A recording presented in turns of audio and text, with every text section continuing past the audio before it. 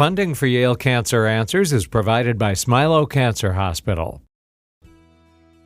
Welcome to Yale Cancer Answers with the director of the Yale Cancer Center, Dr. Eric Weiner.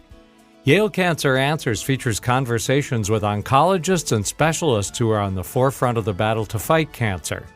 Here's Dr. Weiner. Today, we're going to be talking about exercise and maybe a little bit about diet and about cancer survivorship. I'm joined tonight by Scott Capozza, who is a very experienced physical therapist who works at Smilow Cancer Hospital and in our Smilow Survivorship Clinic. Scott's a cancer survivor himself and has come to this work at least partially because of his own experience. And tonight, I hope more than anything to talk about the benefits of exercise, the benefits of rehabilitation, and very specifically about physical therapy. Welcome to our show tonight. It's really great to have you. Thank you, Dr. Weiner. It's a pleasure to be here. You feel free to call me Eric, since most of our guests do. So maybe you could tell us a little bit about your own experience with cancer and what that was like, since it was, I think, more than a few years ago. I was diagnosed with stage 2 testicular cancer when I was in my last year of physical therapy school. So I was in my grad year at Ithaca College. I was 22 years old. I was a marathoner. I had run competitively cross country and track. Also didn't have a family history of cancer. So the cancer diagnosis really kind of came out of the blue for me. And at that time that I was diagnosed in 1998, so I'm definitely a long-term survivor at this point. But at no point during my hospitalizations after surgery or during chemotherapy or post-chemotherapy was I ever offered rehab. I never had anybody talk to me about that. And Eric, I think you can appreciate this. You know, you've been in the field a long time. I've been in the field a long time. I distinctly remember having a conversation with my medical oncologist right before I was about to start BEP chemotherapy, bleomycin and etoposide cisplatin. And he told me all the side effects that I could expect, right? The nausea, the hair loss, and that sort of thing. And he said, do you have any questions? And I said, yeah, can I run while I'm on chemo? He said, I don't know. Nobody's ever asked me that before. Oh my gosh. Yeah. Well, not really the best answer. I'm sure he meant very well. It is probably worth saying that young men are among those who do get testicular cancer. That's, in the early peak. There's another peak later in life, but testicular cancer in 18-year-olds and 20-year-olds and 25-year-olds is certainly not common, but not so very uncommon. And I assume you felt something yourself, which is how this was detected. So, yeah, I mean, I had symptoms. I had swelling, and I as a typical 22-year-old, I kind of let it slide until I finally, buckled down and went to the doctor and went to the hospital and had all the imaging and everything. So that's, that is one thing that I always counsel, students that I teach is, the importance of self-exams. I mean, we talk about self-exams being so important for women to do breast self-exams, but also for men to do testicular self-exams is really important. And I assume you had what's often called a germ cell tumor, given the fact that you had chemotherapy. That I had what? A germ cell tumor. Yes.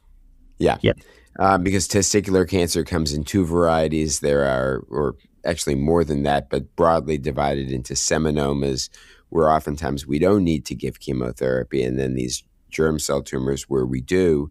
Mm-hmm. Although the good news about testicular cancer, and it's been that way for now really 3 decades is that it's a very highly curable cancer.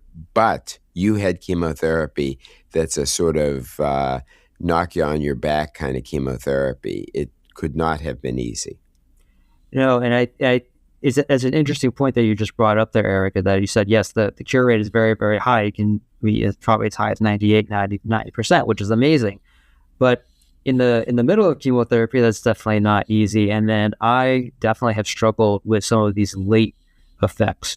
So because of the cisplatin, I've experienced hearing loss. And I didn't realize how much I was cheating by reading lips for years until the pandemic hit. And now I couldn't read lips anymore. I couldn't hear my patients.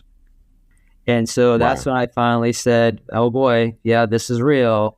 I need to get the hearing aids. So that is a late effect that I've had to deal with. I've had to deal with some pulmonary issues because of the bleomycin, and especially as a young adult survivor, which we see both with our young males, but also our young women who are diagnosed with cancer. I had to deal with fertility issues. So I had to deal with a lot of that. And so I think when I'm working with my patients, especially my younger patients, my patients who are in their 20s or in their 30s, I want to make sure that I am counseling them, not just on the physical therapy and the exercise, but also to make sure, okay, well, did you do fertility preservation and kind of counseling them on, what are the immediate effects of treatment as well as the late effects. So, Scott, let me just, before we get too far into this, let me just ask you that question that you asked your medical oncologist. So, is it okay when I'm getting chemotherapy to exercise? The answer is yes. And thankfully, we now in 2025, 2026, we have the evidence to show that exercise actually helps with not just tolerance to treatment, but the efficacy of cancer treatment. You and I were both at ASCO in June of 25 when the challenge trial was announced. And so I consider that kind of the holy grail that show the benefits of exercise and how that it can improve, again, exercise, cancer treatment tolerance, as well as overall survival. Okay. So I think it is important to know, though, that for people who were active, really active going into treatment, that they may not be able to exercise at the same level. People may not necessarily be able to go right back to doing CrossFit types of workouts or training for a triathlon or something like that. And so that's where it's important to work with a physical therapist or a rehab professional to kind of guide them and to help modulate. Scott, I'm just going to cut you off for a sec because you cut out. No. You may not have realized it. So I think we should pick up and Michael figure out what to do with the time when you started talking about 2025 and the presentation of the colon cancer study that you were talking about. So just you had just right before that said, and we now have evidence that it might improve the efficacy of therapy, and you can say you and I were both at ASCO in 2025. Yeah. So Eric, you and I were at ASCO 2025 when the challenge trial was released and presented, which again I consider the sort of the holy grail, the thing that we've been looking for to show definitively that not just as exercise and rehab help with treatment tolerance, but improving overall survival rates. And so now that we have that evidence, that is great. But again, when I was diagnosed back in 98, 99, that evidence didn't exist. And so I had to figure out writing on my own. It didn't. Now, that was in patients with colon cancer. I think it's going to be important to see that exists in other cancers as well. But I think that, as you very clearly made the point, exercise, even if it doesn't change the effectiveness of treatment, gets somebody through treatment so much better. And I would actually argue that it not only helps people from a physical standpoint, but that exercise in general is what I'll call a natural antidepressant. And so it allows people from a mental health standpoint to get through it. I 100% agree with that. And I always tell patients that it's an opportunity for them to have some autonomy back. When somebody's newly diagnosed with cancer and they feel like they can't figure out left from right and up from down, and they feel like they don't have any control over anything anymore, I can help counsel them on how to move their bodies safely through treatment. And so to be able to help them with that, to be able to educate them and get them moving, especially if they've never been somebody who's been a consistent exerciser before, is really, really important. And how do you advise people who tell you that they're just really tired, because that happens, really fatigued from chemotherapy? And how do you counsel people about balancing getting some exercise, but maybe not so much as to worsen their fatigue, or when to do that exercise? That's a great question, because one of the things that I need to know is, what is their chemo cycle? Are they getting chemotherapy every 2 weeks? Are they getting chemotherapy every 3 weeks? Because I can modulate the intensity of their exercise based on where they are in their chemo cycles. And especially for people who are getting chemotherapy every 3 weeks, we have essentially an extra week where we can ramp up their intensity. But in the short term, to say, yes, if you're feeling increased fatigue, in that 48, 72 hours after you first get your chemotherapy, you don't need to do too much. Even doing some gentle stretching or to go for a short walk around the neighborhood is a great start.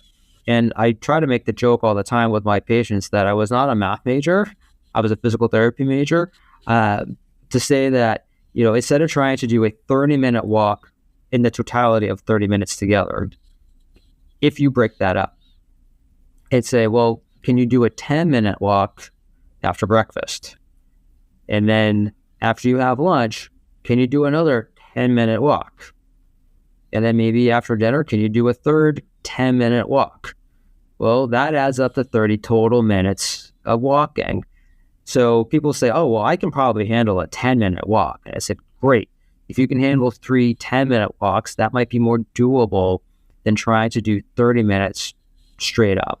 So again, knowing where those patients are in those chemotherapy cycles, then I can kind of modulate the intensity of the exercise. Because again, on that third week, if they are on a 3-week cycle, I have my patients do HIIT training, and I have them lifting kettlebells, because I know that they're probably feeling better in that particular week, and we can really do some good workouts. And of course, unfortunately, one of the side effects of getting therapy and being more sedentary is that you lose muscle mass. So I think one of the things that you're trying to do in encouraging people to exercise and even use weights at times is to help reverse some of that loss in muscle mass. Yeah, and I would say too that if we can start working with people before they start therapy, if we can prevent muscle loss first and foremost, that would be great. And then yes, as they go through treatment, to try to prevent any further muscle loss, because again, that's only going to be able to help with treatment efficacy, as well as treatment tolerance. Yeah, well, I will confess that I am someone who has been an exerciser my whole life. I can't imagine functioning without exercising on a basically daily basis. And I do it as much for my mental health as for my physical health. And it's just on days when I don't exercise, I just don't feel very good. And I think that that's true of a lot of people who exercise regularly. Well, listen, we're going to have to take a very brief break now. We'll be back in a minute. Funding for Yale Cancer Answers comes from Smilow Cancer Hospital, where a team of clinicians in the Gynecologic Oncology program provide comprehensive and compassionate care for women with gynecologic cancers, including cervical cancer. SmilowCancerHospital.org. Over 230,000 Americans will be diagnosed with lung cancer this year, and in Connecticut alone, there will be over 2,700 new cases. More than 85% of lung cancer diagnoses are related to smoking, and quitting even after decades of use can significantly reduce your risk of developing lung cancer. Each day, patients with lung cancer are surviving thanks to increased access to advanced therapies and specialized care. New treatment options and surgical techniques are giving lung cancer survivors more hope than they have ever had before. Clinical trials are currently underway at federally designated comprehensive cancer centers, such as the Battle II trial at Yale Cancer Center and Smilow Cancer Hospital, to learn if a drug or combination of drugs based on personal biomarkers can help to control non-small cell lung cancer. More information is available at yalecancercenter.org. You're listening to Connecticut Public Radio. Welcome back to the second half of Yale Cancer Answers. I'm Eric Weiner, and if you're just tuning in, I'm here tonight with Scott Capozza, a physical therapist at Smilow Cancer Hospital. And Scott works in both our survivorship clinic and in general, working with patients providing physical therapy.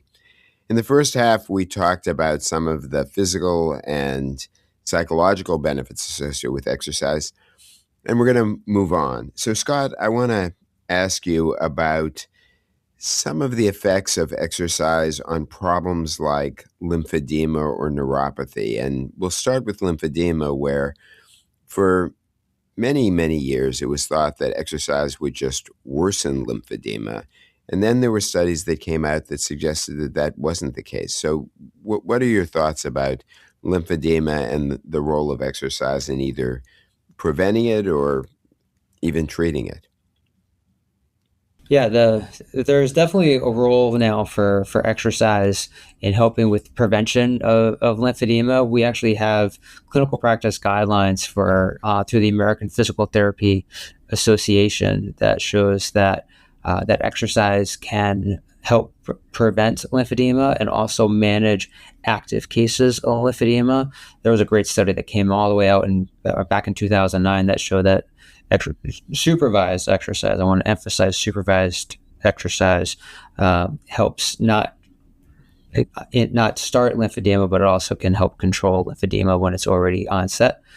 And so exercise is one component of what I would consider complete decongestive therapy. That would also include compression therapy and also manual lymph drainage. But there's definitely a role for the exercise piece when it comes to lymphedema management.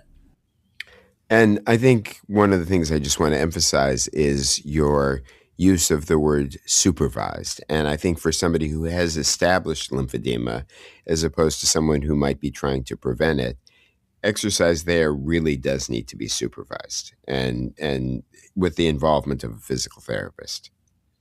Agreed that you want to start your lymphedema therapy with either a physical therapist or an occupational therapist, because both OTs and PTs can be lymphedema certified, and to do it under their supervision and guidance to get a routine started, again, not just from the exercise component, but also to have the rehab professionals teach the patient how to do their own manual lymph drainage to try to control any kind of lymphedema with the manual lymph drainage as well. And then as the patient becomes more proficient with that and the patient becomes more confident in doing their exercises and doing their own manual lymph drainage, then they can start to space out those visits. And eventually we want to get to what we would call a prospective surveillance model, where we are checking on our patients every so often, maybe every 3 months, maybe every 6 months, just to see how things are going.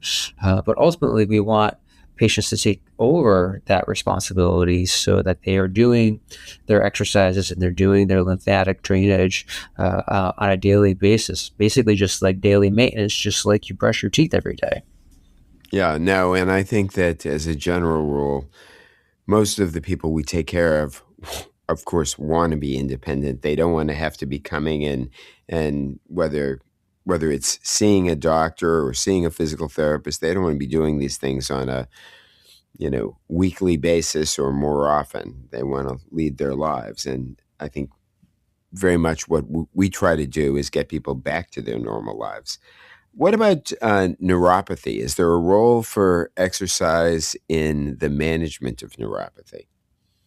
That's a great question. And I have a very honest conversation with my patients up front when it comes to neuropathy, in that there's no perfect cure for neuropathy.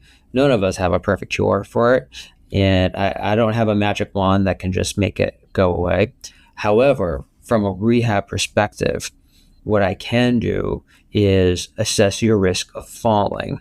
Because if you have neuropathy in your feet, and you can't feel your feet, especially in the wintertime in New England when it's snowy and icy, you become a falls risk. And I can't have you fall, especially if you're in the middle of cancer treatment or really any time. And so much of what I do with my individuals who have neuropathy is balance training.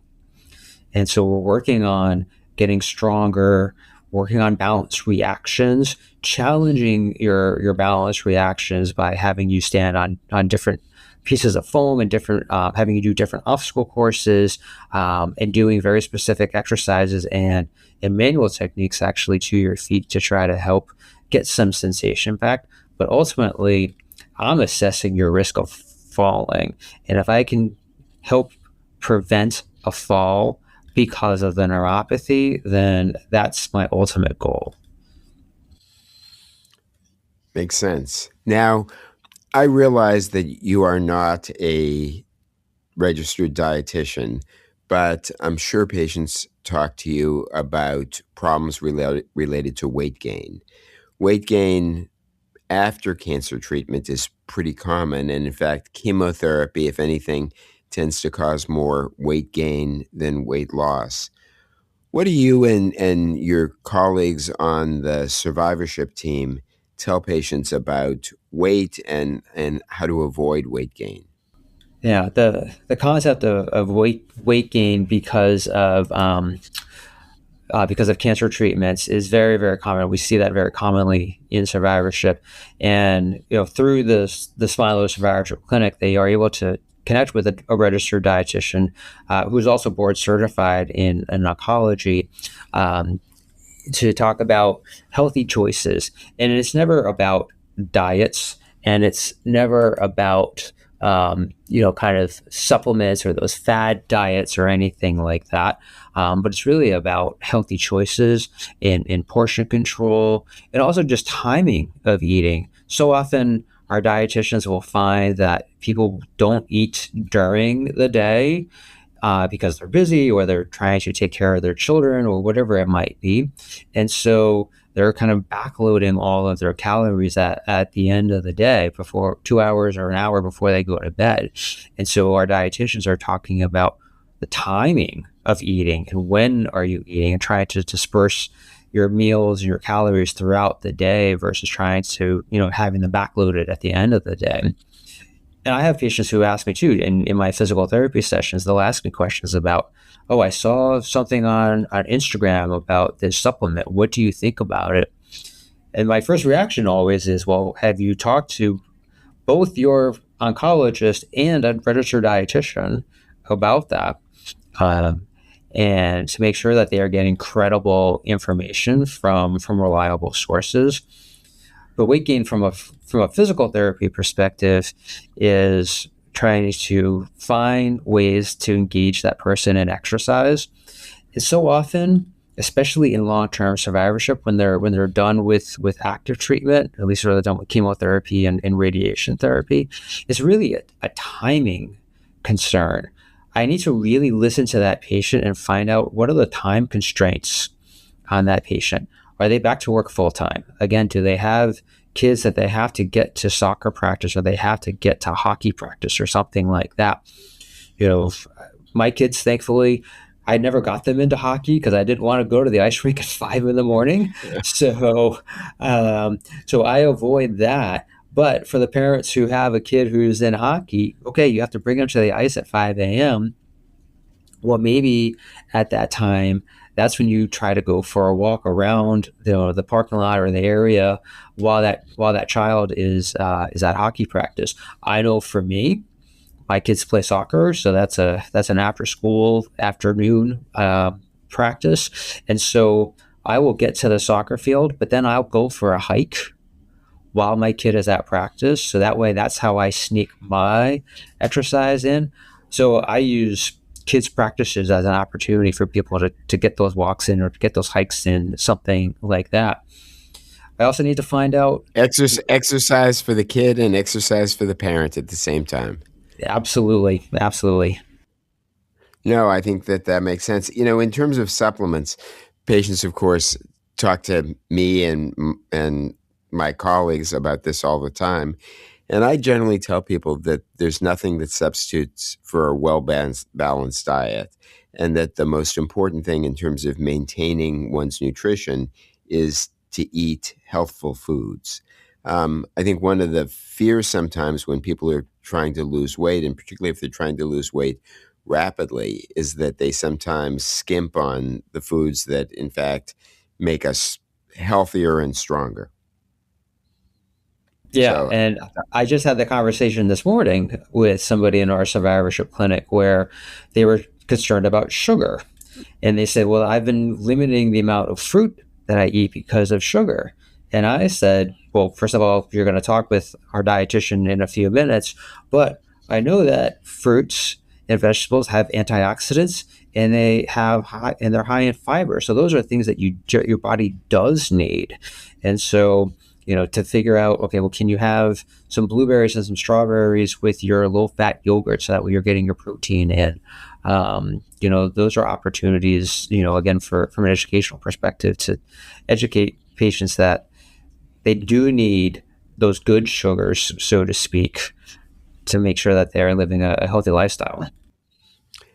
yeah, no, I think that's a really important point. So, for somebody who has gone past cancer treatment and they're now in, the space after cancer, they're trying to get back to their normal life, and they're thinking about how to get stronger.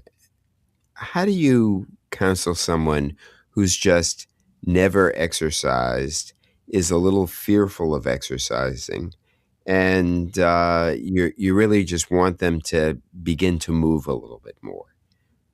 How do you get somebody motivated if they're not that motivated themselves to do this?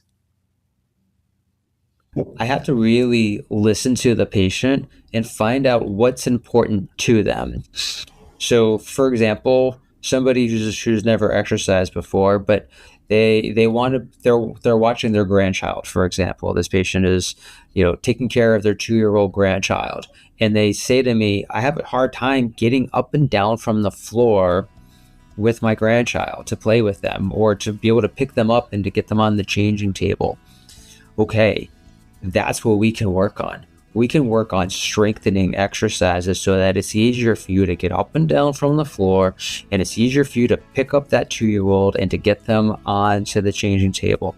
So when I frame exercise into something that is functional and important to the patient, then I get more buy-in that way. So rather than say, you just have to go to the gym and lift a whole bunch of weights, I have to make it practical and applicable to the person sitting in front of me. Scott Capozza is a physical therapist at Smilow Cancer Hospital. If you have questions, the address is canceranswers@yale.edu, and past editions of the program are available in audio and written form at yalecancercenter.org. We hope you'll join us next time to learn more about the fight against cancer. Funding for Yale Cancer Answers is provided by Smilow Cancer Hospital.